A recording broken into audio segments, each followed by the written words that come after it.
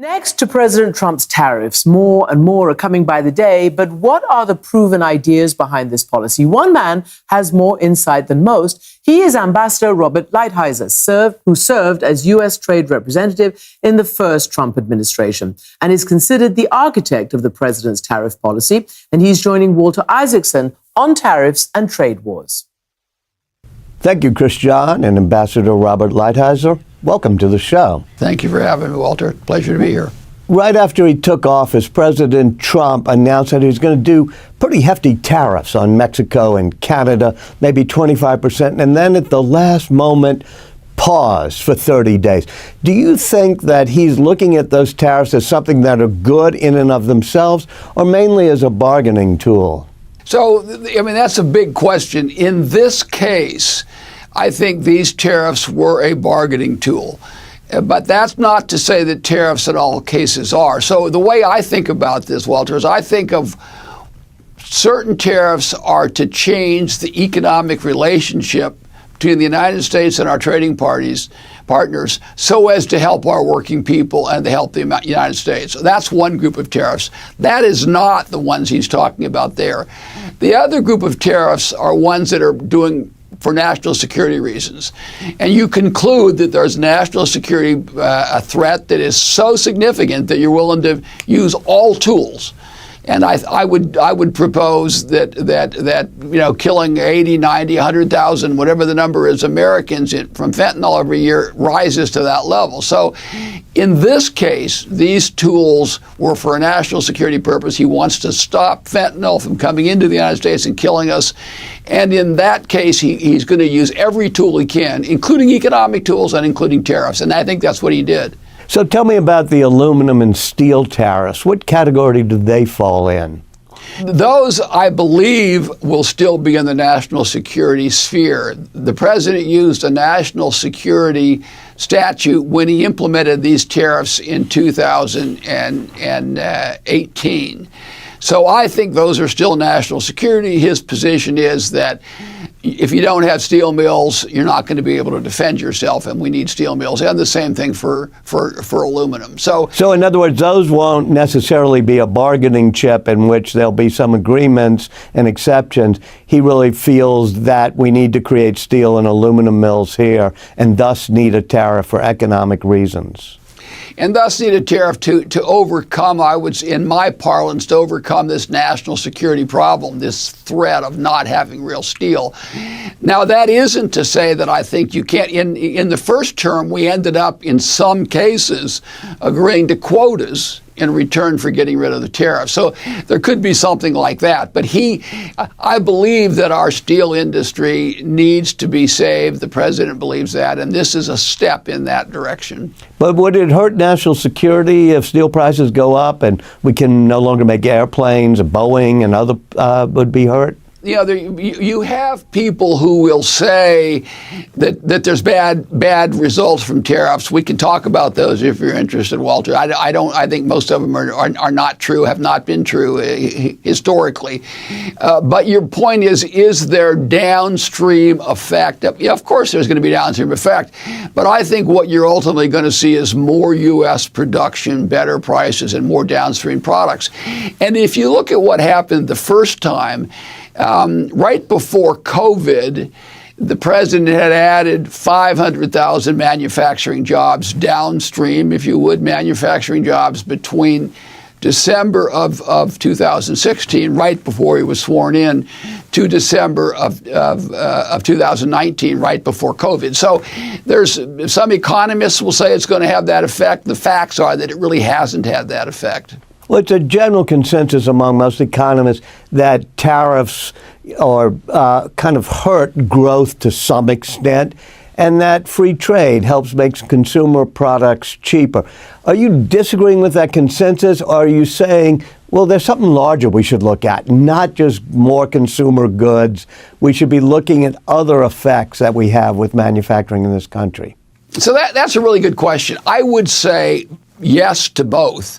I think they are wrong. As a matter of fact, free trade hasn't failed because it doesn't work. It's failed because it doesn't exist.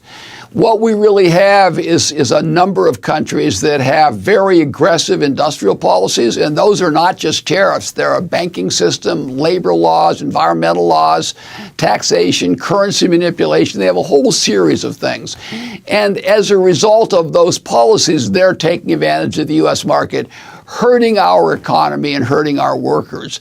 So I think that the notion of free trade might be nice in a test tube. It has not worked in real life. But in addition to that, I'm making the additional point, which you just said, and that is that what is fundamental in economic policy is that we have strong workers and strong families and strong communities. These things at the margin are more important than more consumption. It's more important that we have strong communities than that we have a cheap third television set, right? The reality is there are more important things than that. But even within the economic sphere, I do not believe that free trade exists. When you have $1 trillion plus trade deficit in the United States and $1 trillion surplus in China, and this goes on for decades, well, that's not free trade. That's not how trade is supposed to work. The way trade's supposed to work is you export in order to import, and thus you help your workers and your consumers as well as the consumers in the country you're trading with. That's not what China's done. It's not what Germany's done. And there's a bunch of other countries. Those countries have policies that in the 19th century would have been called beggar thy neighbor policies. And they're designed really to increase exports, to decrease imports, and to shift really resources within their own community away from consumers and towards producers. And they can accumulate wealth that way at the expense of other countries and other workers. And that's what's happened. And that's the kind of thing that needs to be corrected. And as I say, it's the reason really that it's one of the reasons that President Trump was elected originally and why he was elected again, to straighten this out. You just said that countries like China, countries like Germany, even Vietnam have great trade surpluses, and that they have an industrial policy that moves away from helping their own consumers and tries to do cheaper, better exports. Tell me what's wrong with us getting good, cheap exports if they're going to penalize their own consumers in order to help ours. So it kind of depends on what your objective is. And it goes to the second part of what you were talking about a few minutes ago. So what is the objective? If the objective of economic policy is to maximize consumption, if that's your objective, then there's nothing wrong with it. But this is a little bit like the farmer who sells 100 acres every time he wants to overspend, and eventually finds himself with having consumed most of his farm. In the final analysis, he doesn't have a farm. His lifestyle is different. He's poorer. Everybody knows that producing more and consuming less is a way to get wealthy, and the reverse is a way to get poor. And what we're finding ourselves is getting poorer and poorer. And it's not because Americans are spendthrift or the like. It's because of these aggressive industrial policies of other people. And the objective of economic policy, as I said, is not to do that. It's to have a strong U.S. economy, a strong workforce, and stronger, better communities and families. Yeah, you just said in a way that it'll be a little bit more expensive for consumers. President Trump has said there'll be some pain for this, but there'll be a long-range gain. Obviously, J.D. Vance, Orrin Cass, others have said there's a trade-off. To what extent do you see that there's a trade-off, and what types of pain should we be willing to take in order to have, as you say, a better jobs and industrial base in the longer run? So I think that very soon, in a short, certainly in the medium term, you'll have excess production in the United States that will actually get prices down, not up. I don't believe that tariffs in all cases are inflationary. They might be in some cases, they're not in others. We've seen the United States put in place tariffs and had no inflation at all in certain cases. It kind of depends on what your circumstances are. But there, you can have short-term disruptions in some products But that's not the same as systemic inflation, right? Systemic inflation is when all prices go up a certain amount, or on average. If this or that product costs a little more and some other product costs less, then that's not really inflation, right? So I think you will see some small period of disruption. I don't think it'll last very long. I think economists were wrong when they predicted inflation in the past, when we've had tariffs and we haven't had inflation. I think that countries like China and others who have a lot of barriers to trade don't have inflation necessarily. Some do, some don't. So I don't think you're going to see a lot of cost. Some of the people who are importers now will make less money, and people who are producers in America will presumably make more money. But as a whole, I don't think you're going to see very many negative effects of this. In the New York Times, you wrote a piece, and you said you call for countries with democratic governments and mostly free economies to come together and create a new trade regime. You didn't explain much of it there, though. Tell me what that new thing would be. What is a new world organization, and what would it do? So let's talk about that. First of all, I laid out the issue generally, and the reason I did that is if you start getting into every detail, the people just start looking and poking at the details and ignore the basic point. Right now we have a WTO. Before that we had something called the GATT, and it basically is a bunch of countries coming together and making a series of commitments. Unfortunately, those commitments don't cover the vast majority of what is industrial policy. They just don't cover it. So what we need is to get to the end of balanced trade. So I suggest that if these countries got together and said, we're going to have one level of tariffs within the group, a higher level for countries that are either geopolitical adversaries or chronic trade surplus people. In other words, people who don't believe in the basic model. Well, wait, let me stop you right there. Does Germany count as within the group or a chronic trade surplus country? So to me, you would have a country like China would be outside of the group. A country like Germany would for sure. Remember, there is no country like Germany in the trade sense, right? We have really the European Union. But for sure, countries that have surpluses, like Germany would be in the group, and you could raise tariffs on Germany, not to the high level, but raise them somewhat to get back towards balance. Then everyone has the incentive to have global balanced trade. If everyone does that, we're all better off. And from the United States point of view, much of the world growth is because of our transferring wealth overseas in the tune of a trillion or $1.5 trillion perhaps every year. And we have to stop that. We can't afford that anymore. It seems it's aimed at China, and a lot of what you say is aimed at China. And I think you said we're in a Cold War with China. It's more of a threat than both Germany and Japan before World War II combined, which was a real head snapper for me since I know what a threat Germany was then. What is the problem with China other than it has a trade surplus? So let me say, first of all, the purpose of this new organization is not to be anti-China. It's to get a bunch of democracies to have something to replace the WTO, and that something would be a system based on balance. Now, separately from that, you say, what about China? I believe that China is a geopolitical competitor. China is aggressive. I think China sees themselves as the alternative to the West, the alternative to the United States. They believe that totalitarian Marxism is the future and that it should be the future. And if you see what they're doing across the board, you can see every action they take. They have the biggest navy and the biggest army, and they're growing them. They're militarizing the South China Sea. You can see them being really economic sponsors, at least of both the war in Ukraine and the war in the Middle East by buying the oil. You can see the espionage and the like. So the fact is we are in, I believe, and there's a bunch of people far smarter than me that believe this. We are, in fact, in a second Cold War with China. We want to avoid utmost it being a hot war, right? So right now, I think we're on track to avoid that.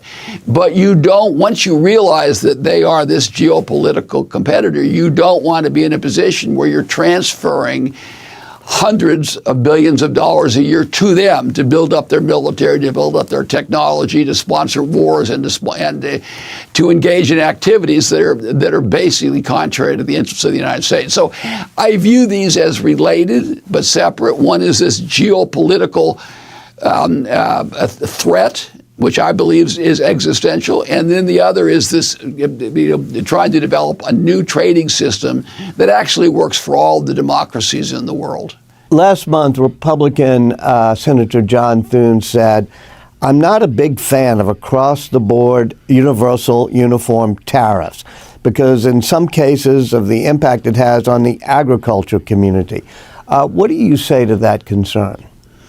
Well, first of all, America's farmers and the agriculture community is very, very important. It's an important part of the American industry. And I'll tell you something, no sector in the American economy is more affected by protectionism and closed markets around the world than is the agriculture community. Agriculture is protected everywhere because of politics. It's the craziest thing. So I'm very sympathetic to the notion that we have to take care of our farmers. The president talks about that all the time, and I think that opening markets abroad is a very important part of this policy. But I think you can do that in the context of balanced trade. You can do that at the same time that you're getting our trade deficit down. And remember this, for the first time in our history, in recent years, we actually import more food than we export. So the farmers have a lot of upside in the kind of balanced trade policy we're talking about. There have been reports that the European Union has some very specific plans that they haven't announced to retaliate if there are tariffs, especially on goods from Republican-leaning states. Do you worry that a tariff war like that could hurt Republicans at the polls? Well, I'm not worried about the politics of it. I'm worried about the economics. What's going to help Republicans most at the polls, in my opinion, is working class people to start getting, and farmers, who are working class people, to start getting their fair share of the pie. I think that ultimately growing this economy, growing it for middle class people, is the ultimate political payoff. I would say, retaliation is always an issue, but when you have a at least $1 trillion trade deficit, most other people have a lot more at risk than we do. You mentioned Europe. Europe's got about a $200 billion surplus with us. Now, they're not going to want to give that up very easily. I can understand that. If someone is taking advantage of you and you say stop, they're not going to want to stop. But I think it's in the interest of our people that we really force them to do it. And there's a limit to what people can do in retaliation when you're basically when you run a big trade deficit. Ambassador Robert Lighthizer, thank you so much for joining us. Thank you, Walter. Well, since President Trump returned to office more than 7 months ago, the U.S., as we know it, has been undergoing some dramatic shifts. As we mentioned earlier, prominent hedge fund billionaire Ray Dalio warned this week that the nation is sliding into a 1930s-style autocracy. So how did we get here? Former Clinton Secretary of Labor Robert Reich believes what we're seeing today is the result of a series of economic and political choices made in the last 50 years. He chronicles them in his recent memoir, Coming Up Short. It's a great title, I have to say. He joins Walter Isaacson to discuss what Democrats should do to respond to Trumpism. Thank you, Bianna and Robert Reich. Welcome to the show. Oh, thank you, Walter. It's good to see you. Your book is Coming Up Short, a memoir of my America. I want to focus on that subtitle because one of the things that struck me when I read the book last night is that you take your own life story and make it into an allegory about America in that period. How'd you do that and why? Well, first of all, Coming Up Short is indeed a double entendre because, as you know, I'm very short. But also America, I believe, came up short, in the sense that I was privileged to be a member of the post-war baby boom. I don't presume to know exactly how old you are, Walter. I think you're younger. I'm sure you're younger than I am. But that post-war baby boom generation, the year I was born, featured just within a few months of my birth, Bill Clinton, George W. Bush, and Donald Trump. And the book focuses really on what we did, not necessarily those individuals entirely. I also include Clarence Thomas and many others of us who came to our adulthood in the 1960s, 1970s, and had an opportunity to take the legacy we were given by the so-called greatest generation and continue that legacy in terms of building a very strong American middle class and a stronger democracy. But we came up short in the sense that we ended up with Donald Trump as president. And I think that Donald Trump is not the source of our problems. What I say in the book is that Donald Trump is more the consequence or the culmination of a lot of failures over the last 40 or 50 years to deal with widening inequality and the problems faced by the American working class that ultimately chose him as president. Well, let me talk about the baby boom generation. Talk about somebody born the year you were born, in the late 1940s, had about an 80% chance of being financially better off than their parents. If you're born in the 80s or 90s, you have less than a 50% chance of being better off financially. That seems huge to me. What happened? Why? In the late 70s, there was kind of a giant U-turn, and I get into this in the book. We, instead of continuing to grow the middle class, we actually decided, and I say we figuratively, it was not everybody in America, it was actually an increasingly politically potent corporate culture, big corporations and wealthy individuals whose money began to dominate American politics in a way that did rig the market. Now, I don't want to be too dramatic about it or sort of parrot exactly what Bernie Sanders and others have said, but there's a lot of truth to it. The market did change. And that meant that if you were a non-college graduate, and if you were brought up in the Middle West or in the South, and you didn't have the opportunities you had. You were no longer a member of a union. Unions were about and they constituted something in the order of 35% of all the private sector workers in the 1960s or 70s, and then declined to today, now 6% of private sector workers. In many, many respects, monopolization, for example, big companies became much, much stronger, monopolized their markets in ways that in the 50s, 60s, 70s, they did not. The combination of all of the ways in which the market was rigged made it very difficult to fulfill what you're referring to, and that is the social contract that we had coming out of the Second World War.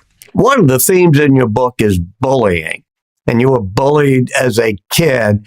And in some ways, you say that's what's happened to the average American. Explain that. Well, I became quite sensitive to the issue of bullying because I am short, and I was, like many children are, bullied in school. But one of my protectors, one of the older boys I kind of leaned on or relied on to protect me from the bullies, himself was bullied in a much more profound way when he was registering voters in 1964. His name was Michael Schwerner. He and two other civil rights workers were murdered by the Ku Klux Klan. And then, in many ways, Walter, changed my life and my view of bullying. I began to see that bullying was about power. It is about power. It's about people with power abusing that power and treating others without power in ways that exploit them. And I'm talking about employers and employees, or men bullying women, or white supremacists bullying black people. I mean, you see bullying all over.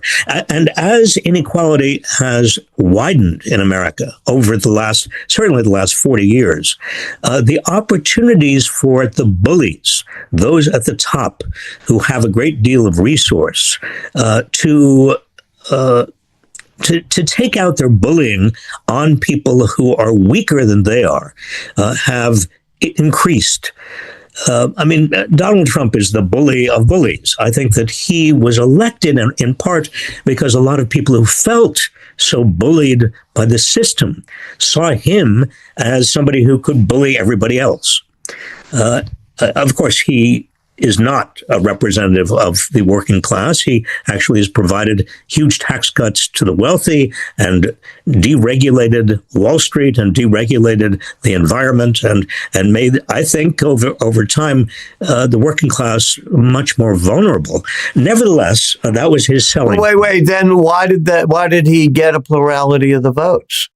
I think he got a plurality of votes in 2024, you're referring to, because the Democrats did not come up with a response to the bullying. You see, and I get at this in the book, and this is something that I've been harping on, Walter, for years, and that is that the Democrats need to explain to the working class, to the vast middle class that has felt bullied, why the market is rigged against them. Democrats need to point out that the large corporations and the wealthy people who are putting huge amounts of money into American politics are doing this in ways that hurt much of the middle class and certainly the working class. And as a result, the Democrats have not provided, as has Donald Trump and some Republicans before him, an explanation. Now, the Trump explanation, remember, has been about cultural bullies. The Trump explanation has been, it's the deep, the deep state, or it's immigrants, or it's people who are different, such as transgender youth. The cultural culprits here are not responsible for why most Americans feel bullied. But if the Democrats don't point out the real bullies, then there's no opportunity for anybody to know what's going on. And as a result, Donald Trump or demagogues like him are elected, or will be, and will continue to be elected as far as the eye can see. Democrats have got to name and be clear about who the national bullies really are, why there is brutality in the system, why there is abuse of power in the system. When did Democrats lose touch with the working class? Well, in the book, I trace it back to the 1990s. I am very, very proud to have been a member of the Clinton administration. I think we accomplished a great deal.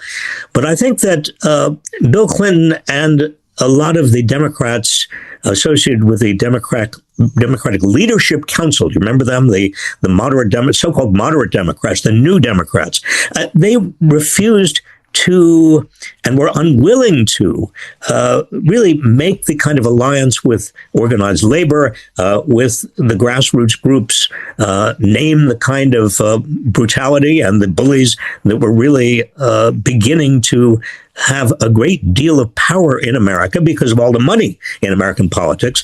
And I think that, and in adopting free trade, and in deregulating Wall Street, and in taking their eyes off monopolies, and allowing the companies to basically bash unions and get rid of unions.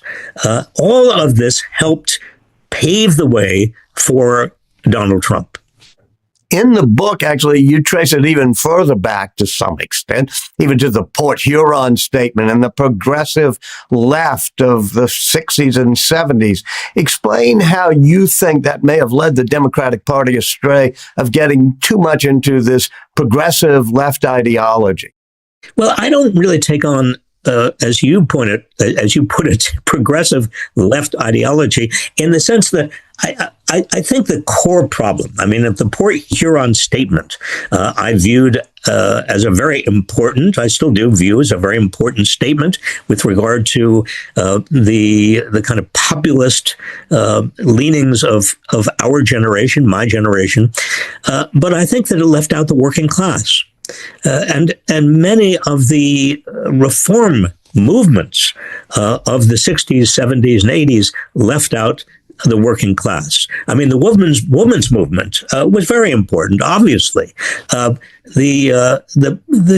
the civil rights movement, the voting rights movement. I mean, I was part of that. The anti-Vietnam War movement, the movement to provide equal marriage rights, all of them terribly important. But what was left out was the working class and the labor movement, and the core responsibility of the Democratic Party as a legacy of Franklin D. Roosevelt to represent the people who did not have power, represent people who were really left out of power.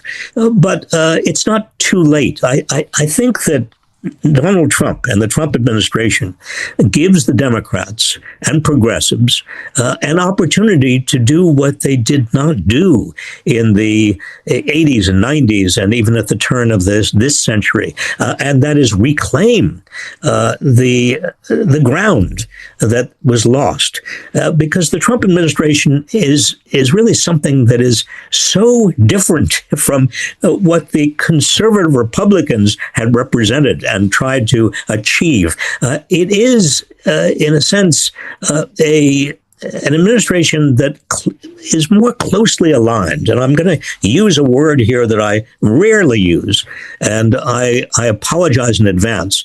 But the Trump administration is closely aligned with fascist movements in history, and right-wing movements in Europe, neo-Nazi movements around the world, particularly in Europe.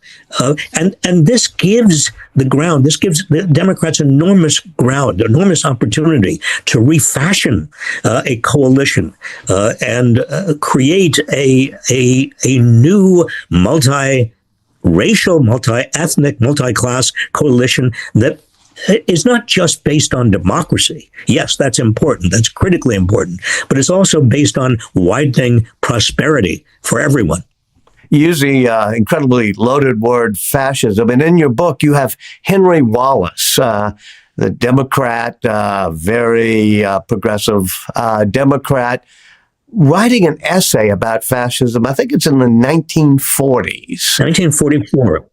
Well, it was interesting. Henry Wallace, a vice president at the time to Franklin D. Roosevelt, wrote in the New York Times Magazine a very important article, lost mostly to history. I tried to revive it, in which he warns of American fascism.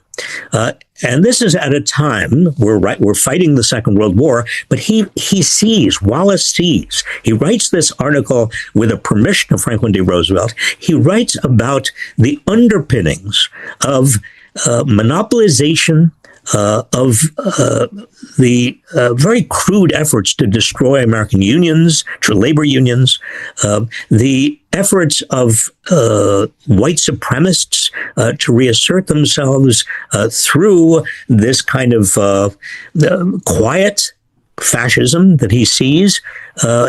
It's an undercurrent in America that Henry Wallace identifies, and that undoubtedly has been there before and has been there since, at least since the 1930s, and is now expressing itself in ways that I think Wallace had very presciently seen possible. You talk about the populism of the right and moving towards authoritarianism. Is there a possibility of an economic populism of the left? And who do you think would, how would that be expressed within the Democratic Party in the U.S.? Well, there is a populism of the left. I mean, Bernie Sanders was the best exponent and an expression of that. But he was saying something that resonated with many Americans. And that is that we've got to take our country back economically from big corporations, from wealthy people that are abusing their wealth and their power. I mean, he was hearkening back to something that Louis Brandeis, the great jurist, was reputed to have said in the 1920s, which is that America has a choice. We can either have great wealth in the hands of a few people, or we can have a democracy, but we can't have both. And Bernie Sanders came very, very close to getting the Democratic nomination. Now, history will not know whether he could have beaten Donald Trump, who was also improbable. I remember, Walter, I was doing a book in 2015, some research for a book. I went around many places in the Midwest of the South doing kind of a focus groups, really free-floating focus groups. And I remember asking people all over the country, particularly in the Rust Belt in the South, if you had to vote today, who would you vote for your next president? Now, this is 2015, when Hillary Clinton was the putative nominee for the Democrats, and Jeb Bush was the putative nominee for the Republicans. And I kept on hearing again and again people saying, well, we want either Donald Trump or Bernie Sanders. And I remember thinking, wait a minute, how can you put Donald Trump and Bernie Sanders in the same sentence? But the fact was that even in 2015, people who felt bullied, and I'm going to use that metaphor because that it really does describe the people that I met and so many people across the country, and still does. They wanted somebody who would stop the bullying. Robert Reich, thank you so much for joining us. Well, thank you. We turn now to a topic everyone is talking about, the dangers and potential of artificial intelligence. This rapidly advancing technology is raising concerns around the world and is already becoming an unavoidable part of modern life. So, do we trust it, and how is it impacting our relationships? Well, that's the question our next guests are examining. Yasmin Green is the CEO of Jigsaw, a program supporting emerging technologies at Google, and anthropologist Gillian Tett is the head of King's College, Cambridge. They join Walter Isaacson to discuss their recent piece for Foreign Affairs exploring how AI represents a drastic change in human connection. Thank you, Biana and Yasmin Green and Gillian Tett. Welcome to the show. Great to be with you. The two of you have just written a piece in Foreign Affairs about trust and the AI revolution. Let me start with you, Yasmin, with a very basic question. Are AI chatbots replacing search? You work at Jigsaw, which is a unit of Google, so you're probably best placed to answer that. Well, the paper actually looks at the evolution of trust over time, starting with when we lived in small societies. We talk about eye-level trust. As we started to settle down and live in larger societies, we talk about the evolution of vertical trust in institutions. The internet introduced this kind of new trust phenomenon that we call distributed trust. And then we talk about, well, what's happening now in this new era of AI and eventually AGI. And we're kind of exploring how, well, it's often said that trust, we're in a trustless world. We're post-trust. Trust has evaporated. And Gillian and I have really explored another possibility, which is that trust has migrated. And we're looking to new trust norms. And is this something specific with AI and large language models, or is this true for the whole internet phenomenon at the moment? Yeah, so that third trust era, the distributed trust, that was really what we saw with social media and the internet, sometimes called Web 2.0. This idea that you would get into a cab with a complete stranger, get into a car with a complete stranger, or go and rent accommodation from someone you've never met, or trade with people that you don't know. That was all enabled by the internet. This idea that platforms enabled us to have some trust. Like, what is trust in that in that context? It is feeling that you belief in the reliability of something, whether it's trade or transport, etc. So we saw something really that transformed who and how we trust with the internet. And what we explore in the piece is how this AI era, this era of like chatbots that we can talk to, that talk back to us, that are available 24/7, that are personalized, that are private, that really is ushering in a new trust era beyond that of the internet. Yasmin has just talked about, Jillian, this notion of peer-to-peer trust that we see in Airbnb and Uber. She mentioned those things. Tell me how distributed trust works anthropologically. Well, I'm an anthropologist by training, and the key point is this. People know that anthropologists study culture. And they sometimes think that culture is a bit like a Tupperware box, in that it's sealed and static, and you can stack up different cultures on top of each other in a hierarchy of value, and of course assume that your own culture is the most valuable. But anthropologists actually have a different vision of culture, which is that it's more like a river that's slow moving and constantly changing with new streams coming in. And that applies to the issue of, say, you mentioned earlier about search versus bots. I mean, the reality is that our digital culture is in constant flux. And right now, the question of who we trust is also in flux. And traditionally, anthropologists assumed that there were two axes of trust that glued societies together. Either face-to-face trust, if you like, eyeball-to-eyeball peer group trust, or when groups got really big, you had to trust in vertical axes, in leaders and institutions, because you couldn't eyeball everybody. But now, digital links are essentially creating a whole new type of trust, which is peer-to-peer trust on a massive scale that's not bounded by geographical proximity anymore. And that's really at the heart of what we're arguing, that our culture, our digital culture, is slowly evolving like a river. And right now, that horizontal trust, distributed trust, is incredibly important to think about. But when you talk about peer-to-peer trust, you're talking about interpersonal. In other words, human beings distributing trust. How is that changed by AI in the equation? Well, here's the key issue that, as I say, distributed trust has emerged as a really important platform, really since the internet took hold. And that's underpinned things like the rise of Airbnb or Uber or many other tools that we use today. But that doesn't stay still either. So introducing AI into this equation is creating a new forms of trust, where essentially you can have AI acting, as I say, like the 4 M's. You can have them. Our vision of AI has historically been that as a master, it's coming to us from a vertical axis, bossing us around and telling us what to do. Or you can have AI as a kind of mate, one of our gang, one of our friends. Or you can have AI as a mirror to ourselves. Or you can have AI as a moderator, where essentially they're using all of the digital tools available to moderate conversations between human beings. And they can all play a role today. So it's not just a question of whether or not we trust AI. It's really about, do we trust the idea that AI tools might actually make it easier for humans to trust other humans, or at least to interact with them in a way that could build trust? Now, Yasmin, I think one of the main outlets from what I read is TikTok, of course. We all use it, but Gen Z uses it probably more than the rest of us. Explain how that changes things. If a Gen Z consistently reads certain news outlets, it's because they believe in individual journalists, as opposed to they're following the individual journalist as opposed to the brand of the institution of the media outlet. And so that kind of helps you understand the rise of newsy social media influencers, news influencers who are delivering their interpretation of the news. It's not, investigative reporting. It's really opinion, and off the back of actually the investigative reporting of news institutions.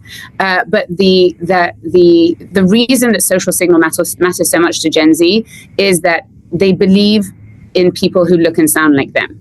Influencers that go viral on social media, they speak to you like we're in a one-on-one conversation with words you understand, with references you understand, and there's a trust, there's an authenticity. It's almost like the tension between authority and authenticity, that authority used to trump everything in a vertical trust world with institutions, and increasingly, especially Gen Z, really subscribe to authenticity as a reason to trust. So, Jillian, I'm going to ask you to follow up on that, which is, Normally, when I try to get news or information, I do a query or a search query or a chatbot prompt that I want to know the truth. I'm a truth-seeking query. But Yasmin seems to say that in the study of Gen Z, they're looking for more affirmation, social affirmation, rather than just pure truth-seeking. Well, you're absolutely right, Walter. I think anyone of our generation tends to operate in the same way that you're talking, which is basically to look to experts or expert sources for validation of our ideas. Now, one of the key precepts of anthropology is that you cannot ever assume that the entire world looks at the world in the same way that you do. And although we're all hardwired to assume that the ideas we grew up with are normal, unchanging, and correct, and everyone else should look at the world like we do, thinking that is a complete fallacy in today's world, not just because we live in an age of globalization, but because different generations have different approaches.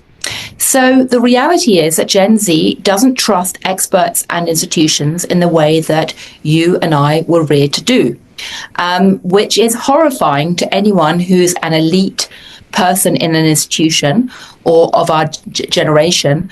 But the reality is there's good and bad things about what's going on. The good thing is it's potentially very empowering. It's potentially in some ways more democratic, and you can potentially get a much wider range of voices in this type of debate. The bad thing is it can make it a very chaotic cacophony of noises, very hard to have serious conversations about policy trade-offs. And of course, you can have both a scope for a tremendous amount of attention deficit disorder, but also tremendous amount of misinformation in some contexts. That's the dangers. And neither Yasmin nor I are in any way sugarcoating what's going on or denying any of the dangers that are associated with the explosion of AI bots and the risk that trust gets abused. And we're both really strongly arguing for a sensible conversation to mitigate those dangers. But, there are upsides too to the way that Gen Z is approaching this that frankly we can all learn from.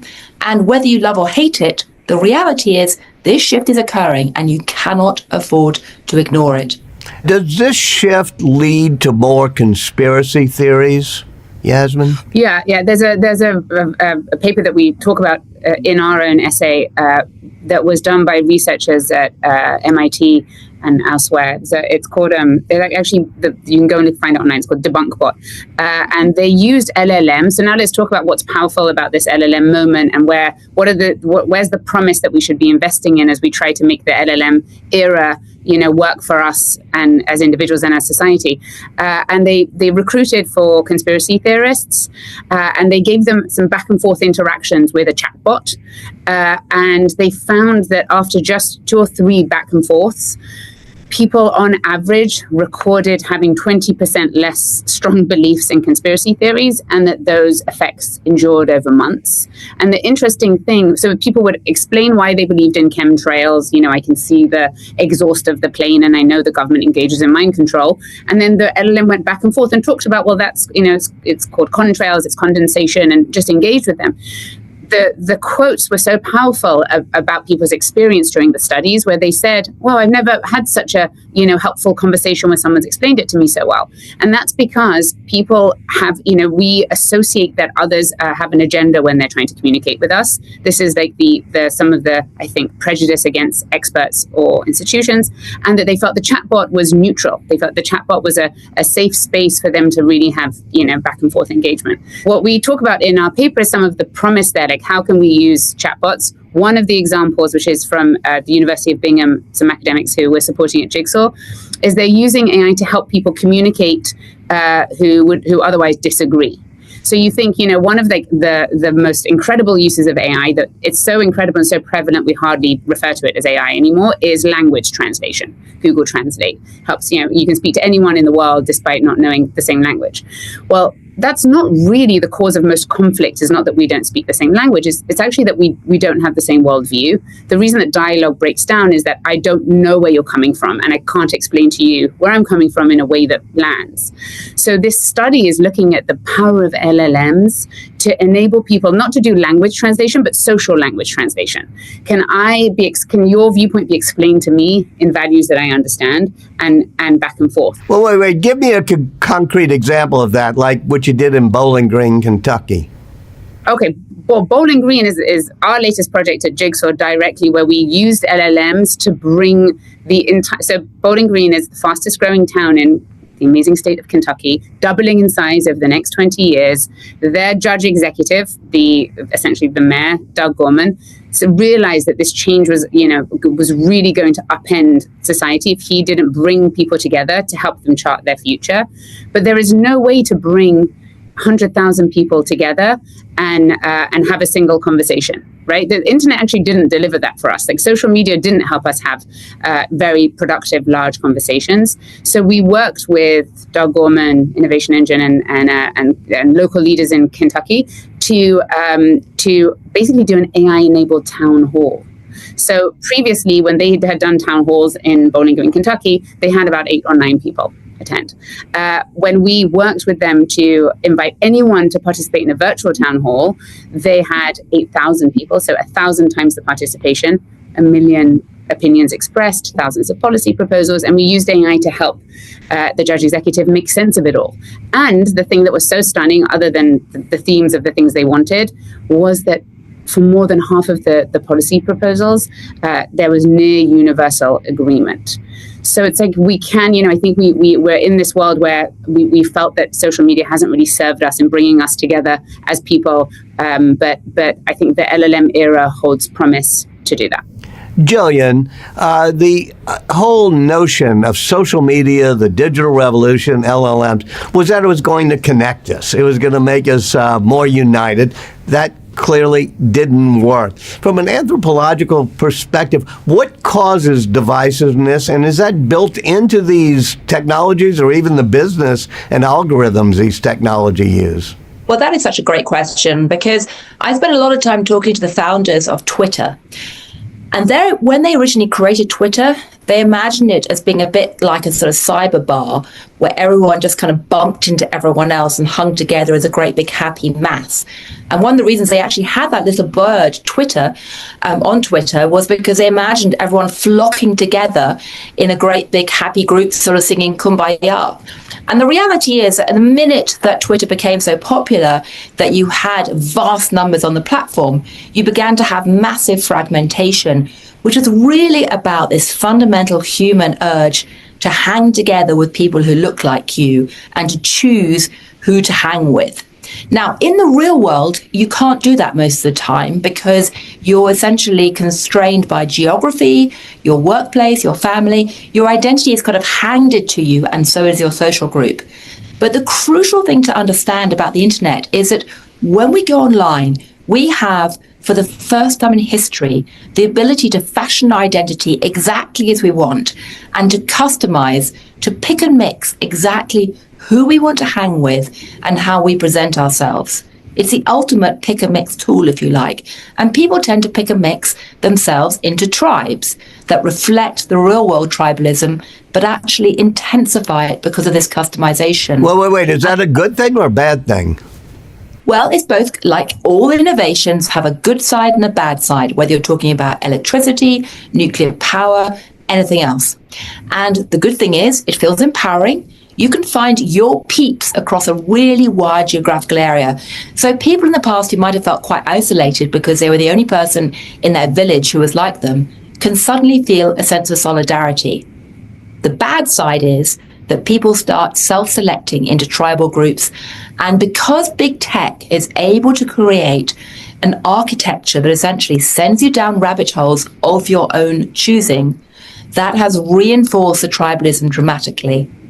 So what we're trying to say is we're not sugarcoating the dangers of what's going on whatsoever. We all know about that. We've all read Jonathan Haidt's book on the anxious generation, all the other things out there pointing the dangers. And AI brings dangers. That's definitely out there. But there's another side of it, which is that, as Yasmin says, AI bots may be more neutral in a world of human tribalism than we realize, and that might start to have really interesting positive benefits. If we master our use of AI and the bots, rather than are mastered by it. And maybe one way to start is, instead of saying artificial intelligence, which sounds like something which is imposed on us, often from the top, we start talking about augmented intelligence or accelerated intelligence, which gives the idea that we as humans can use these tools for both a sense of agency and possibly even for good, to unleash the angels of our better nature, if you like, rather than the demons that we've had so visibly on display in recent years. Yasmin Green, Jillian Tett, thank you both for joining us. Thank you. Cheers. The Trump administration has been vocal about freedom of speech, as we've been discussing, but the recent string of event cancellations at the Jimmy Carter Presidential Library suggests otherwise. One of them was for the award-winning journalist Elaine Weiss, whose new book, Spell Freedom, focuses on 4 brave activists who laid the foundation of the civil rights movement. Other events on climate change and homelessness were also pulled from programming, a move which Weiss believes is a result of budget cuts and new leadership at the National Archives. And she joins Michelle Martin to discuss the relevance of her latest work in today's America. Thanks, Christiane. Elaine Weiss, thank you so much for joining us. My pleasure. You know, you've written a number of books, and they all kind of have something in common. Would you say what it is? Well, I tried to explore the untold stories in American history, not totally unknown, but sometimes not recognized for how important or how instrumental that part of our history was. And so I wrote about women in World War I and how American women won the vote, and now how Black women and Black men in the Deep South regained their right to vote. So I guess the thread is I do like to write about women in history because I think they've been a bit neglected. And I like to write about how change happens in a democracy. So let's just start with the story of where this story starts. It starts with Brown v. Board of Ed, that famous Supreme Court decision that outlawed segregation in the schools. Why do you start there? I start on the day, May 17th, 1954, that the Brown decision is announced, because it's certainly not the beginning of the struggle for civil rights in our country, but it becomes a galvanizing moment when it realized that for the first time, the highest court in the land in America has decided that indeed separate is not equal. And while it specifically talks about desegregating public schools, it's recognized right away that this is the opening for attacking Jim Crow segregation on all levels. So it's a really important moment. Well, so the focus of the book is so-called citizenship schools. So first of all, tell us what citizenship schools were and why, in the wake of Brown, were they important? Citizenship schools were a very innovative and courageous way of trying to get ordinary, often poor and unlettered Black citizens to be able to register to vote. Again, the Brown decision only dealt with desegregation. It did not deal with voting rights. And we'll see for the next 15 years that desegregation moves very, very slowly. And it becomes obvious that nothing's going to really happen until Black people in the South can regain their right to vote. So the way the citizenship schools began was to teach literacy, to teach people who had never been able to have an education, because education was a tool of control in the South, and the white establishment did not want Black people to be well educated. And so very few were actually, especially in rural areas, were literate, and they couldn't pass the literacy tests, which were required of Black people to register to vote. And so this taught them at the very basic level how to hold a pencil, how to sign their names by tracing it over and over, and then learning their letters, learning to sound out words, learning arithmetic. And this was all designed to get them through the very onerous literacy tests. But it was more than that. It taught them to be citizens. It taught them the Constitution. It taught them what their rights really were. And it taught them that they were first-class citizens as much as any other American, and they deserved all the protections and privileges of citizenship. And this isn't like brick and mortar schools. These are informal community classes taught by your neighbors. And they teach their neighbors in their kitchens, in their garages, in beauty parlors at night with the curtains closed, because it was still dangerous to be teaching literacy to Black people with the intent of having them register to vote. There was danger. So I think some people, at least one hopes that some people know that it was illegal in most places to teach enslaved people how to read and write. But after the Civil War, after the period when slavery was, more or less abolished, right? Why is it that so many Black citizens remained illiterate? Why is that? Because, again, it was a matter of control. So, of course, Black schools in the South were segregated. And for every dollar spent on education of a white person, just pennies were expended on educating a Black student. And the facilities were deplorable. There were shacks without blackboards, often without seats, with no plumbing, with no toilet facilities, with cast-off, decades-old textbooks. And often, if you were in a rural area, part of the arrangement of your family being a sharecropper were the children were also required to go into the fields. And so their education was very interrupted. So you'll see that people will have maybe first or second grade education decades ago. And that's about it. And some had none. Septima Clark is one of the people who you feature, in the book, and she may be one of the only people that many people will have heard of. She was an educator. How did that happen? How was she able to get enough education in order for her to be an educator? And I'm going to ask you how she fits into the story of these citizenship schools. Septima Clark, born and raised in Charleston, daughter of a former enslaved father. She grows up quite poor, but a family that really valued education, and she loved reading and writing in school. And her parents scrimp to pay the tuition to some private elementary schools. And then she is able to go to the Avery Institute, which is the premier private high school in Charleston, which had trained many of the Black leaders in the city for decades. And she becomes a teacher at age 18 and is able to be a teacher for the next 40 years and uses that education in the civil rights movement. So that's how she's able, she can vote. She joins the NAACP when she is 18 or 19 years old. She joins the executive boards of the NAACP in her cities, and she is dedicated to breaking down the walls of Jim Crow society. And that she is one of the people who are educated and realize that those who aren't are at such a disadvantage, and they can't participate either in modern life or in the life of their country. So tell us about the citizenship schools. Who started them? Whose idea was this? Tell us about him. It was the idea of Esau Jenkins, who's this marvelously creative man on one of the Sea Islands off the coast of Charleston. And he has a fourth grade education, but he's gone back to night school. And he's a businessman. He's what we might call a social entrepreneur. He is doing good.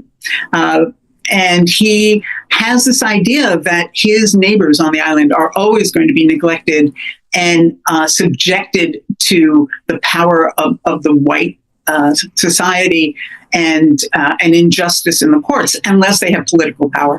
So he has a business running a jitney bus, back and forth from Johns Island to Charleston every day, taking workers who live on the island and are domestics or factory workers in town. And on the bus, he trains them. He has the Constitution typed up by his wife. He hands out these sheets and he drills them on aspects of the Constitution so they could answer, because you not only had to read, you had to interpret the legal aspects of this arcane language. And he drills them on it, and then he accompanies them to the registrar office to see that there's no shenanigans. But he realizes he needs help on this, and he finds that help with Septima Clark, who he actually knows because they both live in Charleston and active in the NAACP. And he brings this idea to a place in Tennessee called the Highlander School, which is a social justice training center. And there they get the idea to take the sense of teaching the Constitution of the state, getting them through the literacy test, but broadening it to basic literacy so they can actually read. Most of them were memorizing this. And then it's the first citizenship is established behind the shelves of a grocery store on Johns Island. And it's in a room where there is no windows. They don't want white people to know that they are teaching blacks to read and write in order to vote. But you also tell in the book about what the consequences for other people when they did try to vote. So talk a little bit about that, if you would. Well, there was just a whole system of suppression of the black vote. And I'm not talking about what we would call suppression today. It was violent. If you even attempted to try to register to vote, by the time you returned home, the registrar would have called your employer and you'd be fired from your job. Would have called your landlord or the man who owned the property where you were a sharecropper. You'd be evicted.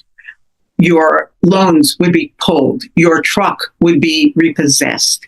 The pharmacy wouldn't fill the prescription for your sick baby. Night riders would come and shoot into your home. In one town in East Tennessee, there's an organized effort to go register to vote. All of the black families are evicted. 200 people live in a tent camp for 2 years. So the repression was violent and cruel and ubiquitous. There's another interesting character, Miles Horton. Yes. Who runs the Highlander Folk School. Now, he's a really interesting character. He's white. He's not African American. He runs this school. He is not beloved by the powers that be, because of it. But so to tell us his story, he doesn't start out actually as a way to educate black folks per se. Right. So Miles Horton is born and bred in the Cumberland Mountains of Tennessee, grows up poor. His family were sharecroppers and also teachers. And he begins to understand that the power to change life in Appalachia, where he grows up, is really with the people. You can't rely on the laws or the powers that be to change it. And so he studies theology and sociology and gets the idea of this starting a school. It's not really what we would call a school. It's a training center, a place where from the beginning was integrated, which is against the laws of Tennessee. He very proudly said that Highlander School was the only place in the South where blacks and whites could tea and pee together. They could live together. They ate together at the same tables. All of this totally illegal by Jim Crow laws. And he's very proud. He calls himself a radical hillbilly. And he's focused at first on the labor movement. And Highlander becomes a training center for union organizers. But then he realizes around 1950 that race is the real determining factor that's keeping the South behind. And he says, we've got to tackle this before we can improve anything. And so he shifts the emphasis of the training center to race relations and desegregation.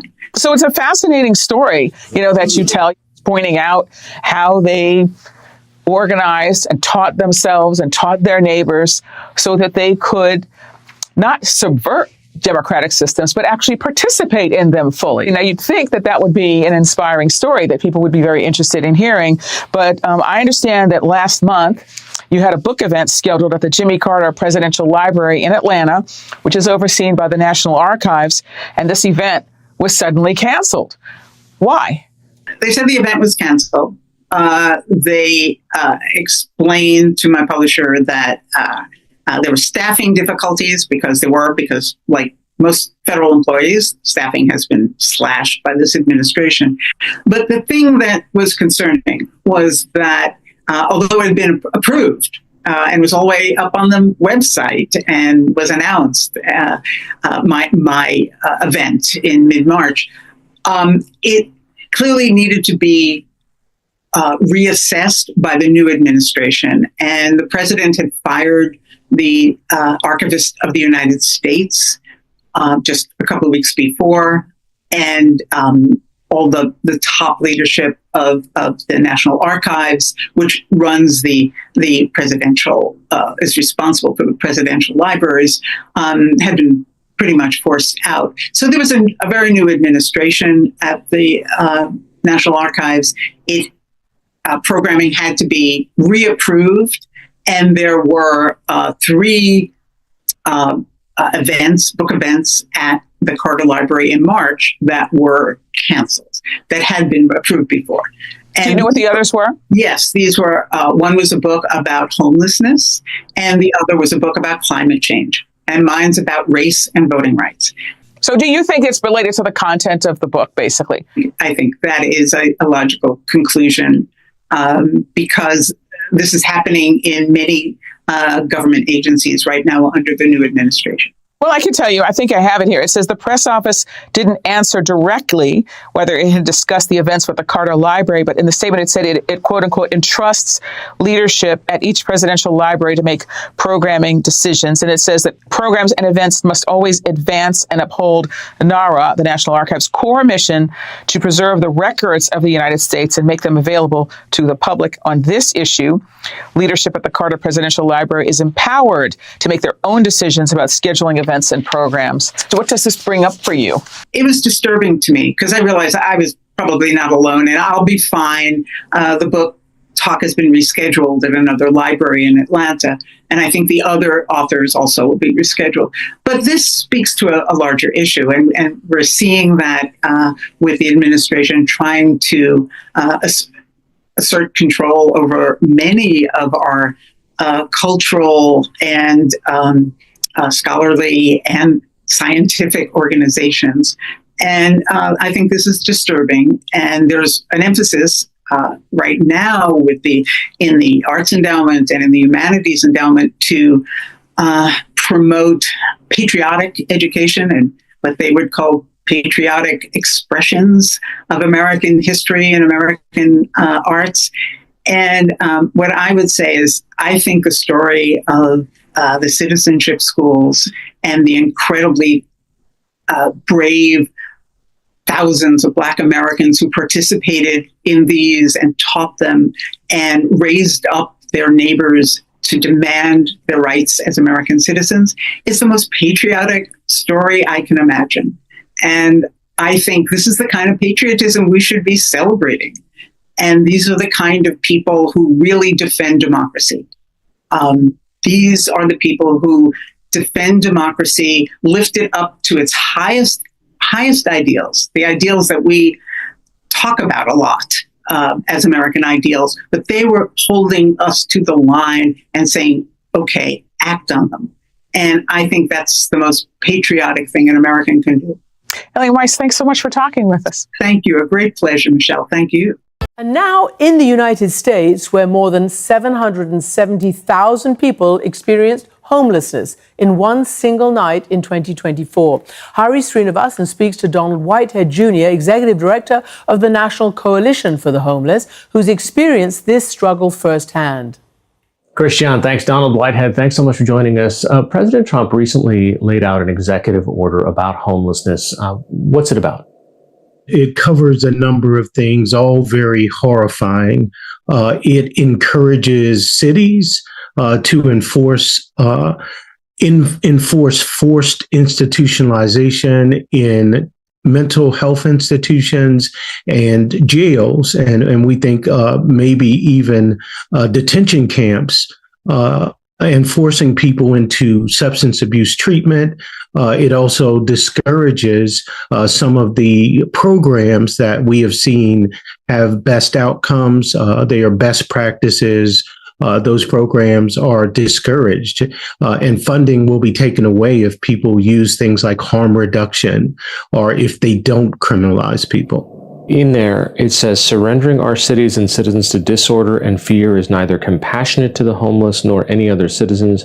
My administration will take a new approach focused on protecting public safety. Is public safety a problem because of an increase in the homeless population? The safety is really people experiencing homelessness who are more likely, and people with mental health issues who are far more likely to be victimized than any member of the public. And furthermore, I would say that this particular executive order doesn't do anything to solve homelessness. If you incarcerate people, if you use involuntary placement in mental institutions, it does not solve homelessness. What solves homelessness is housing, supportive services, healthcare, and jobs that pay livable wages. So there's a couple of different layers I want to unpack here. When you look at the surveys over time, isn't homelessness on the rise? Sure, homelessness is on the rise, but it's on the rise for reasons other than anything related to criminalization. Homelessness is on the rise because housing costs are on the rise. So there's a direct correlation between the rise in housing costs across the country and the number of people who are experiencing homelessness. We see a rise in the number of people 55 and older experiencing homelessness. We've also seen a rise in these kind of practices that criminalize. And what I mean by criminalize is they jail, they ticket, and they fine people experiencing homelessness, which actually increases the likelihood that they won't be able to get out of homelessness. So I believe that the criminalization, we've seen 320 new cities institute laws that would criminalize homeless people since the dreadful Supreme Court decision last year that said, even though nowhere in this country there's enough shelter or enough housing for people experiencing homelessness, cities are able to institute these measures that criminalize people experiencing homelessness. So we saw that in part as a reaction to the encampments that were happening in cities like, say, Portland, Oregon, or Los Angeles, et cetera, and that there are now cities who want to prevent that from happening in their own backyard, right? Now, I wonder, at the same time, when you look at the perception of reality, the public opinion polls, you see an increasing number of people saying that homelessness is a problem. Is that because of how these stories, for example, come out on the news or on YouTube, et cetera, or is there something else? Well, I think public perception is actually guided by misinformation. So we've done our own internal polling, and we've worked with other groups that are in the homeless sector. And what we find is that 70% of the people do think that there is an issue with homelessness, but they don't believe that you should fine, arrest, or jail people. Again, that does not solve homelessness. What we need to solve homelessness is more affordable housing. We need a dramatic influx of housing production in this country if we're going to solve homelessness. If you look at reports out of the National Low-Income Housing Coalition, you'll see that a housing wage in this country is above $20 an hour. Minimum wage is $7 an hour. People can't keep up with housing under those conditions. We don't think people should be living under bridges and in abandoned buildings and in encampments, especially our elderly population, children, other groups. No one should have to live outside. Everybody should have a decent, safe, and affordable home, but we're not producing more housing. The president's budget actually zeroed out housing programs. It actually would cut term limits for housing, so people would only be able to stay in housing for 2 years. Those are all recipes for disaster. And so this administration needs to really use evidence-based information and look at the true underlying structural causes of homelessness. So what does the evidence-based information say? What are programs that actually help people not be homeless anymore? Great question. One is the Permanent Supportive Housing Program. Now, when researchers have looked at that program, there is a 90% success rate. One of the provisions in this executive order says that people utilizing those kinds of programs. So this is a program where people are taken off the street, they're put in their housing unit, and they're provided an array of wraparound services for mental health, for substance abuse. And this program is designed for people who have been homeless the longest, who have the highest probability of not being able to get out on their own. And we know that those services, substance abuse treatment, behavioral health treatment, all of those things are better done for people in a stable unit. It's really hard to provide those kind of services when someone is sleeping in an outdoor location. That program, again, has a 90% success rate in studies. And so it just absolutely boggles the mind to think that that kind of program would be one that this administration has an issue with. So, you're saying, for example, the 90% success rate based on the facts of how these programs work and what's been measured. But there's also this perception that, providing more services to homeless people or mentally ill people, I mean, this is to some extent their fault. They got themselves into this, and that we collectively should not be trying to give them, assistance after a certain point. What's wrong with that? Well, a lot of things that are wrong with that. In fact, we know that behavioral health issues, mental health issues, disability issues, developmental delays are medical issues. People don't cause themselves to have those kind of issues. Substance abuse is a disease. So these are not moral failures. Homelessness didn't increase to the level it is because people failed morally. It increased because we stopped providing mental health services after deinstitutionalization. We stopped providing jobs that pay livable wages in this country. It now costs, again, over $20 an hour if you only pay 30% of your income for housing to be able to afford the housing long term. These are structural issues. It's not a personal moral failure that there is an overrepresentation of people of color in the homeless population. Most African Americans, people from the Native American community are severely overrepresented, and it doesn't correlate with poverty. So we have some deep, deep structural issues that we have to solve if we're going to change homelessness. And the last thing I'll say about that is that the reason we are here is because every other time there's been 4 segments of homelessness in our history in this country. Every other time there has been a response from the federal government that lowered those numbers, made those numbers virtually disappear. And I'm talking about New Deal programs, Social Security, Medicare. We have not seen that in the last 40 years. This is the longest continuous period of homelessness, and we've never provided resources to the level of the problem. If we see that this problem has been getting worse, is that an indictment on the fact that our policies are not working?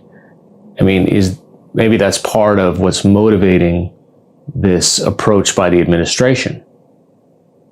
So again, I would say that when we have done things that would be preventative in nature, that prevent people from becoming homeless in the first place, expanded housing production, it has worked. We saw that during COVID. We saw communities move away from congregate shelters with hundreds, maybe thousands of people to smaller individual settings. We saw eviction prevention dollars put in place. We saw emergency housing vouchers, and housing vouchers are one of the best solutions to homelessness. The permanent supportive housing program I talked about is a great program for a portion of the population. It is not a be all and end all. We need much more. We need vouchers. Everybody deserves, again, a safe place to live. Another issue that this executive order fails to recognize is the number of children that we see enter this population. Certainly, we don't consider our children in the school system, almost 1.5 million of them, criminals. So there's a need to look at this issue comprehensively. What we've been forced to do as a sector is to choose portions of the population because we were forced to operate in a scarcity model where they picked the population. Sometimes it was veterans, sometimes it was the chronically homeless, but we never have gotten to scale with the resources for this issue where it was a comprehensive solution. So I agree with you. The policies have been failed, but the policies are not on the part of people experiencing homelessness. They should not be blamed for the growth of homelessness. We have a federal government and elected officials who have never addressed the problem in a comprehensive way. When you look at the population of homelessness, is the proportion of people with mental illnesses and mental health problems rising? I mean, the numbers in New York, it's somewhere around 17% and almost a quarter of the population in California. I mean, is the administration right to try and target this population? The president says for those who are severely mentally ill and deeply disturbed, we will bring them to mental institutions where they belong with the goal of reintegrating them back into society once they are well enough to manage. Well, it is certainly a great need. We do have a portion of the population that does suffer from mental illness, and many that suffer from severe mental illness. We learned in the 50s. We learned almost 70 years ago that was not putting large numbers of people into mental institution was a failed policy. That's how we got to deinstitutionalization. What was a much better solution was smaller community-based facilities where people got to have agency, but address their mental health at the same time. So what is being proposed is detention camps and putting people in institutions, basically warehousing them. And there is no housing that's attached to this. So that's a very important point here. So if you put people in those institutions, and I'll repeat this, or you put them in a correction facility, one of the largest concentrations of people that have mental health issues is the Los Angeles County Jail, for instance. They don't have housing when they leave those institutions. And so you haven't done anything but disappeared people, made people believe that you were doing something to address homelessness when really you're hiding the issue. But it does not solve homelessness. It removes people from systems of care that they've engaged in that will help towards their eventual escape from homelessness. People are forced into that issue. They want treatment. The treatment's just not available. New York tried to do a forced institutionalization. They found that they were hundreds of thousands of beds less than the need for people that needed that particular intervention. And that would be the same everywhere in this country. We have to do something very different than warehousing people. It does not work. We've seen horrific videos, 50 years ago, and we don't want to return to that. But we think this is kind of a recipe for us to return to that. Is the executive order constitutional? Is this going to be challenged in the courts? So, I think it'll be challenged in the courts, but it is crafted in a way that the administration will have a little bit of freedom until they actually start to implement it. So there certainly will be challenges, but not immediately because of the way it's crafted. We have been in touch with some of the larger legal institutions in the country and those within the homeless sector, and we are crafting a strategy. This won't go unaddressed. It won't be. We will provide a legal resistance to this particular order, and that idea is being shaped now. Donald, why is this so personal for you? Part of it is because I care about other people, but the other issue is I've experienced homelessness myself, and I experienced it twice. I experienced it as a child, and I experienced it as an adult. And since that time, I've been able to save tens of maybe hundreds of thousands of people. I put 200 people that I found on the streets of Prince George's County, Maryland, into units during COVID. So it is very personal. I talk to people experiencing homelessness every day, and I'll tell you, I answer an email box that is frequently and every day I see more and more people that are really, really concerned. They're saying, I'm homeless and I just heard that I'm going to be arrested. What should I do? Those are the kind of things I'm hearing in our info box. So every one of those stories touches me. Because of my own personal experience, I know what it's like to be homeless. I know what it's like to be harassed while I was on the street. So it really hits home on a personal level. And I am committed to doing everything I can to make sure that we push back against this executive order. Executive Director of the National Coalition for the Homeless, Donald Whitehead, thanks so much for your time. Well, thank you so much. And I really appreciate you bringing attention to this issue. It is so important.